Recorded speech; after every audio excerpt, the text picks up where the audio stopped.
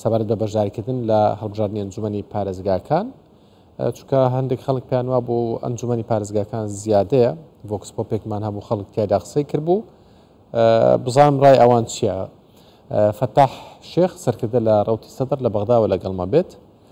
بەڕێز فەتاح ئەم کاتتان باش، دوایین بڕیارتان چییە؟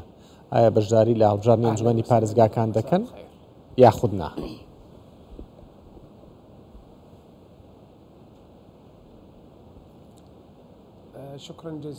زۆر سپاس بۆ میوانداریکردنم. لە ڕاستیدا هاوڵاتیانش ئێستا خەریکە هەستی پێ دەکەن کە هەڵبژارنەکان لەژێر سێبەری ئەم پارتانەی ئێستا هەن لە سیاسەتی عێراق هیچ سوودێکی نییە هەڵبژاردن لەگەڵ ئەمانە، بە تایبەتی کە ئەم پارتانە بۆ خۆیان دەستیان وەرداوە لە گەندەڵی و شتی دیکەش. ئەموو ئەمانە پاڵیان بە پارتی سیاسیەوە ناوە کە بەشداری هەڵبژارنەکان نەکەن، چونکە هەڵبژارنەکان بارودۆخەکە خراپتر دەکەن. کەواتە ئێوەی سەدەڕیەکان دەستەوەستانە بن، ئیدی ئەوە بڕیاری ئێوەیە. عێراق بەجێ دێڵن بۆ ئەو لایەنانەیەکەوە باسیەکەن گەندەڵن.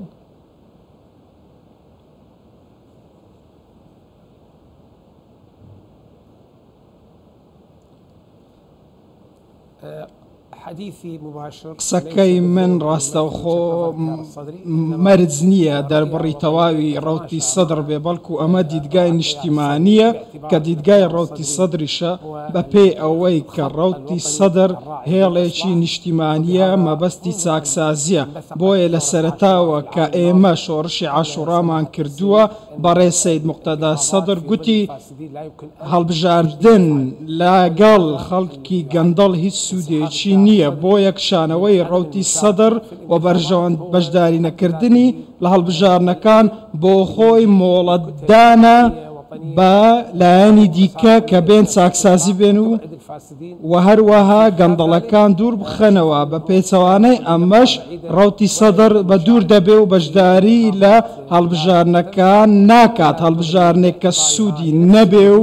هەمان دەموچا و هەمان ڕوخسار بێنەوە سەر شەقامی عێراقی. ئێمەش پێویستمان بە دەموچاوی نوێ، بەڕاستی پێویستمان بەوەیە گەنجان بێنە پێش،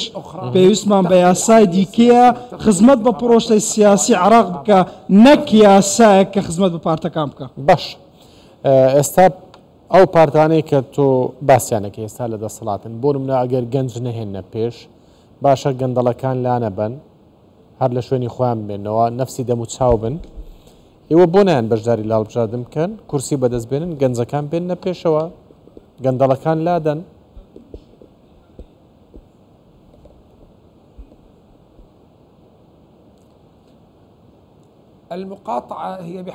بەشداری نەکردن لە هەڵبژارنەکان بۆ خۆی مۆڵەتدانە بە شەڕکردن لەگەڵ گەندەڵان، جاچ بە خۆپشاندان بەیان بە بەشداری نەکردن بێ لە هەڵبژارنەکان. ئەمانە هەمویان ڕێگان بۆ سزادانی گەندەڵان لە ڕێی جەماهیرەوە. دواتریش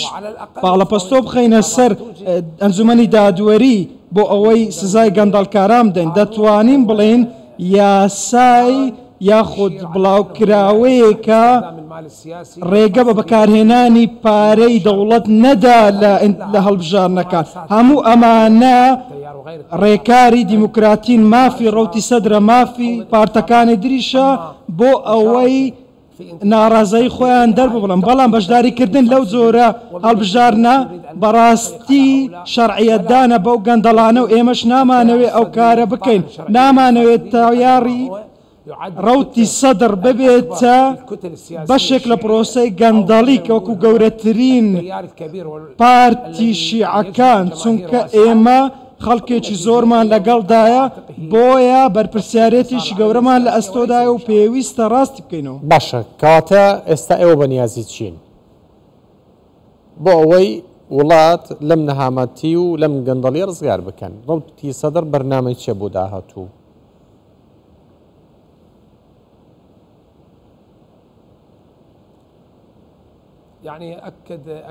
بەڕاستی سەرۆک موقتەدا سەدر زیاتر لە جارێک جەختی لەوە کردوتەوە کە پرۆگرامێکی چاکسازی هەیە هیچ نەبێ ڕێ بە ئەجەنداکانی دەرەوە دەگرێت کە دێن بە ناوی شیعە و پارتەکانی دیکە لە عێراق مامەڵە دەکەن دواتر سزادانی گەندەڵان و نهێشتنی چەک و هەروەها ئەوەی کە بتوانین ڕێڕەوەیەکی ڕاستەقینە بە دیموکراسیەت بدەین نەک بین لاف بە دەسەڵات و بە پارە و بە چەک لێ بدەین هەموو ئەمانە پێویستی بەوەیە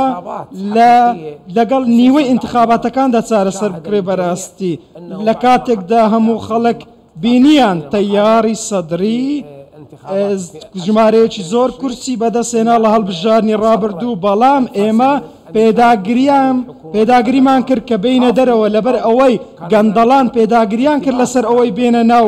دەسەڵات بۆیە تەیاری سەدری هاتە دەرەوە ئێمە وەکو ڕەوتی سەدر ببووینە مای ترس بۆ ئەوان ئەمڕۆ ئێمە پێویستمان بە حکوومەتێکە هەڵبژێردراو بێ شەرعی بێ خەڵک داوای کردبێ ئەرچی خۆی بەرامبەر بە خەڵکی ڕاپەڕێنێ بەڕاستی بە دەستێکی ئاسنین سزای گەندەڵکاران بکە ئەمە ئیرادەیەکی نیشتیمانیە بەڕاستی تەنانەت گروپە نێودەوڵەتیەکانیش لایەنە نێودەوڵەتەکانیش ئەم شتیان دەوێت تەنانەت بەڕێز سوودانیش ئێستا خەریکە ئەو کارە دەکا بەڵام ئەوەی هەیە بەڕاستی شەرمنانەیە ئەو کارانەی کراوە چونکە گەندەڵی زۆر لەوە گەورەترە بەو لێدوانە شەرمنانە باسییان بکرێ و ئەو پارێزگار و ئەم پارێزگاری بێ بەڵکو ئێمە پێویستمان بە شۆڕشێکی چاکسازیە بۆ ئەوەی ڕێڕەوی دیموکراسیەت لە عێراق ڕاست بکەینەوە بە پارتی نوێ پارتگەلێک کە بتوانن خزمەت بە هاوڵاتیان بکەن. باش دەگەڕێنەوە نێو پرۆسەی سیاسی.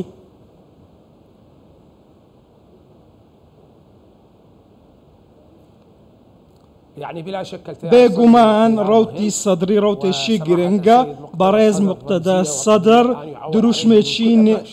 نەتەوەییە بۆ عێراق نەک تەنیا سەدرەکان و عێراق بوونی ڕەوتی سەدری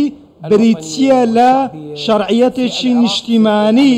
لە پرۆسەی سیاسی بەڵام وەک گوتم هەڵبژارنەکان لە ژێر چاکسازیدا بێ بەڵێ ئێمەش دێینەوە پێشش دەکەوین بەڵام بەو زۆرە نەبێت ئێمە ناین واتە پێویستە کردارێکی چاکسازی هەبێ پێش هەڵبژارنەکان پێویستە بەڵێنێک هەبێ پێویستێک ڕێکاردا بندرێن ڕێگری لەو گەندەڵانە بکە بێنێ ناو هەڵبژارنەکان بەر لەوەی هەڵبژاردن بکرێت هیچ نەبێت پێویستە کۆمیسیۆن وردبوونی لەو کەسانەدا بکە کە دێنە ناو هەڵبژارنەکان بۆیە پێویستە ئەو کەسانە بە تایبەتی ئەوانەی چەک هەڵدەگرن ڕێگریان لێ بکرێت و ئەو لایەنەی کە گروپە چەکداریان هەیە بەشداری هەڵبژارنەکان نەکەن بە پێچەوانەی ئەوە هەڵبژارنەکان هیچ سوودیان نابێت. جگە لە هەڵبژارنی ئەنجومەنی پارێزگاکان ئەگەر هەڵبژاردنێکی پێشوەختە کرا یان ئەوە تا هەڵبژاردن تاوەکو ینی ئەو دەورەیە خلاص بەهی پەرلەمانی تاوەکو 2025 ڕەوتی سەدری هیچ بەرنامەیەکی هەیە بۆ بەشداریکردن لە هەڵبژاردن هەڵبژاردنی پێشوەختە بێت چ هەڵبژاردن لە کاتی خۆیان بێ ئەم دەورەیە بۆ کۆتا بێت.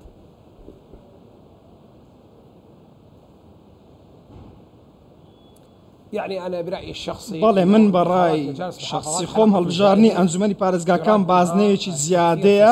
تەنیا بۆ زۆرکردنی گەنداڵیە بۆ ئەوی گەندەڵ زۆر بێ و جەماوەرێکی زۆر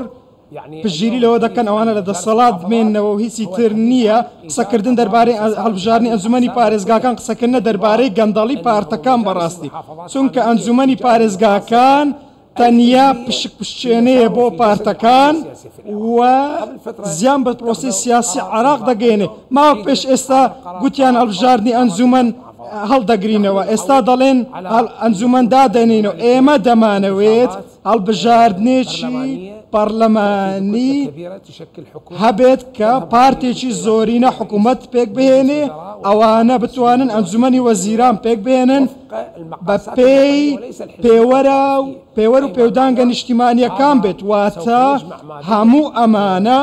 دەتوانن دووشت کۆ بکەنەوە پارتە سیاسیە نیشتیمانیەکان نەک ئەو پارتانەی کە بە فەرمانی دەرەچی و ئەجێندای دەرەچی لە عێراق جێبەجێ دەکەن ئەمە ئێمە تووشی بەڵا دەکە بەڕاستی زۆر باش ئێمە لەگەڵ هەڵبژارنی نیشتیمانی داین هەڵبژاردنێک کە ئیرادەی گەلی عێراقی بسەلمێنێ نەک هەڵبژاردەی دەرەچی. زۆر باشە باس لە هەڵبژارنی ئەنجومەنی پارێزگاکان ناکەم باس لە هەڵبژارنی پەرلەمانیەکەم ئەگەر هەڵبژارنی پێشوەختە کرا یان ئەو دەورەیە خلاص بوو تا 2025 ئێوە بەشداری لە هەڵبژار نەکەن هەڵبژارنی پەرلەمانی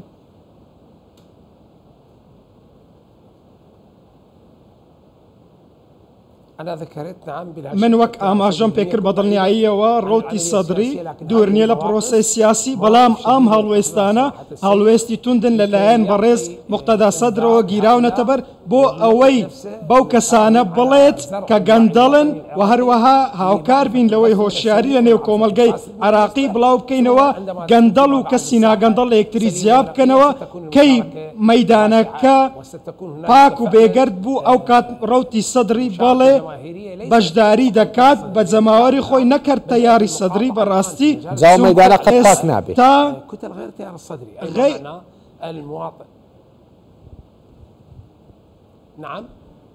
ئەو مەدانە قەت پاک نابێت ئێوە چاوەڕێ پاچی مەدانەکە بکەن مەدانەکە هەر پاک نابێت هەروە نامێنەوە